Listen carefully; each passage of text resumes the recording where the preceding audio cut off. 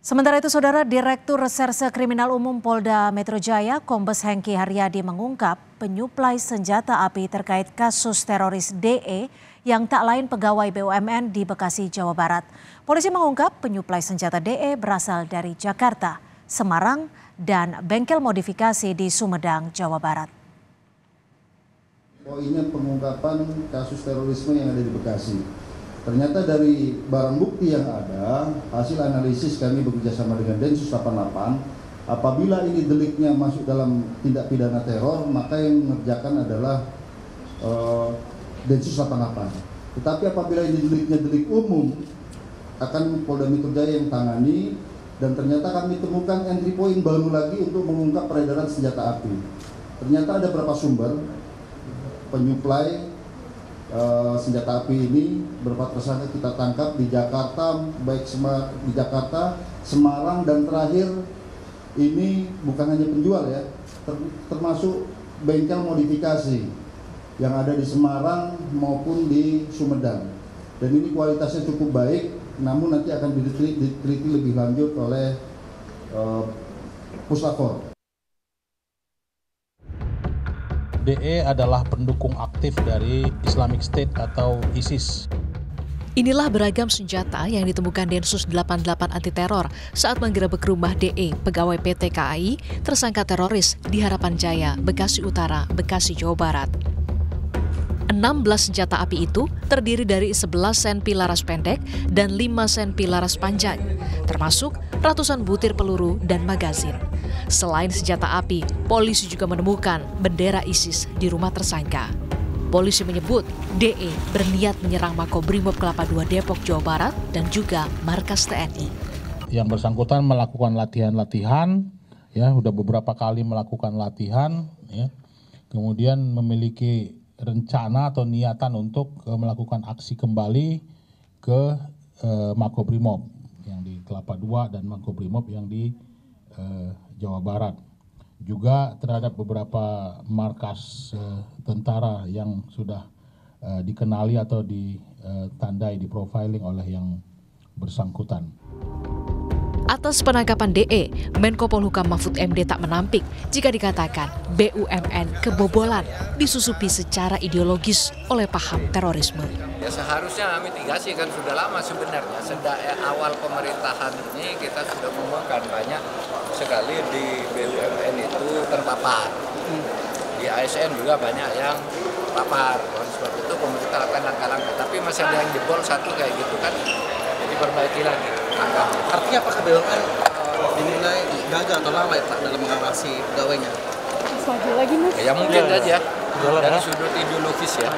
Kalau mungkin dari sudut profesionalitas pengelolaan mungkin bagus, tapi mungkin dari sudut ideologis ya kenyataannya kebobolan.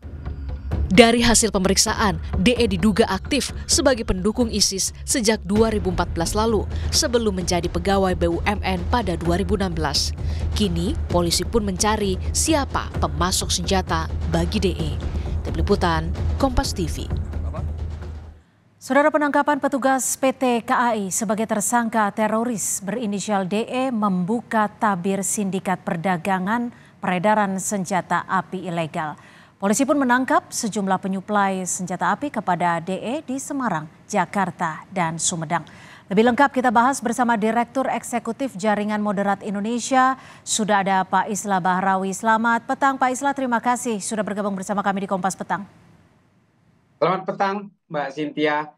Pak Islah, kalau Anda melihat bagaimana sebenarnya DE ini bisa memperoleh senjata api dari pasar gelap?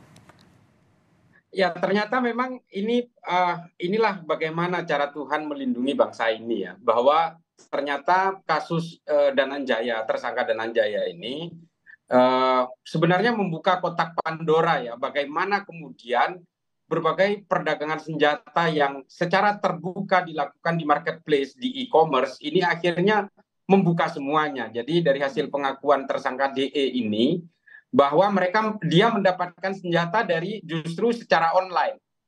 Dan dia mengakui semuanya bahwa dia membeli dari berbagai platform e-commerce, dia mendapatkan dari beberapa oknum untuk mendapatkan peluru dan sebagainya. Dari situlah kemudian dibuat semacam operasi gabungan antara Kriminal Umum Polda Metro ya dan Densus 88 dan juga melibatkan dari POM Angkatan Darat. Ini sangat panjang sebenarnya nantinya. Oke, tapi saat ini kan polisi sebut bahwa DE mendapat suplai senjata dari Semarang, Jakarta, bahkan ada bengkel modifikasi di Sumedang. Kalau Anda melihatnya penyuplai ini juga punya pemahaman terorisme kah yang kuat dan bisa dijerat dengan undang-undang terorisme juga kah untuk penyuplainya ini? Kalau masalah ini nanti pendalamannya akan dilakukan oleh Densus 88. Jadi leading sektornya hari ini adalah Direktur Reserse Kriminal Umum Polda Metro. Dari beberapa orang yang ditangkap itu nanti akan dilakukan pendalaman melalui proses penyidikan yang nantinya kalau memang ada kaitan ideologis tertentu dengan memiliki resiliensi ideologis dengan DE misalnya, maka tidak menutup kemungkinan ini akan diambil alih oleh Densus untuk dikenakan dengan undang-undang teror. Tapi sementara ini kan masih dikenakan Undang-Undang Darurat nomor 1251. Nah, pabrik yang ada di Semarang, pabrik yang ada di Sumedang juga nanti akan berkembang ke berbagai kelompok yang berada di kota lain yang tidak menutup kemungkinan di antara mereka ini punya resiliensi ideologis teror. Ini ada besar kemungkinan karena senjata ini sangat seksi dan sangat menarik bagi jaringan teror. Jadi selama ini kan jaringan teror ini selalu mengalami hambatan untuk pengadaan senjata api. Jadi mereka harus mendatangkan dari Filipina Selatan dengan jalur berliku, selundup sana-sini, lewat Tawi-Tawi dan sebagainya. Nah ini ternyata disediakan oleh marketplace gitu. Nah ini kan menjadi sangat mudah aksesnya untuk dilakukan oleh kelompok-kelompok jaringan teror ini. Oke, nah kalau untuk yang di Sumedang ini kan bentuknya home industry. Kalau Anda melihatnya seperti apa? Apakah memang ada pihak tertentu yang memiliki dana lebih luar biasa besar untuk membantu pembuatan di sini? Ya, kalau pendanaan dari tersangka DE sendiri kan diakui bahwa dia juga melakukan jual beli melalui e-commerce. Nah, pendanaan-pendanaan yang dia dapat itulah yang dipakai untuk membeli senjata-senjata yang jauh lebih canggih. Jadi di-upgrade dan seterusnya.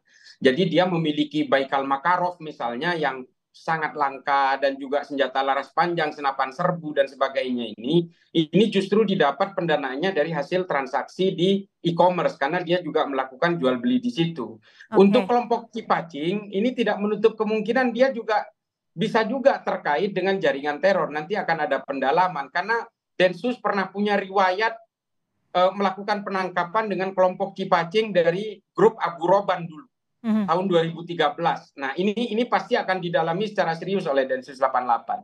Oke, kalau tadi Anda menyebut ada upgrading seperti itu ya, jenis senjata yang dijual di marketplace, ada juga yang dimodifikasi. Apakah ini merupakan fenomena baru, senjata upper dan lower ini yang berbeda? Anda membacanya seperti apa? Jadi rupanya memang terungkap yang di marketplace ini ternyata mereka memang bahasanya menjual airsoft gun. Tapi setelah itu, setelah terjadi kontak dan terjadi kedekatan antara penjual dan pembeli, mereka akan menawarkan senjata pabrikan di balik itu. Jadi mereka menjajaki dulu calon pembelinya ini siapa.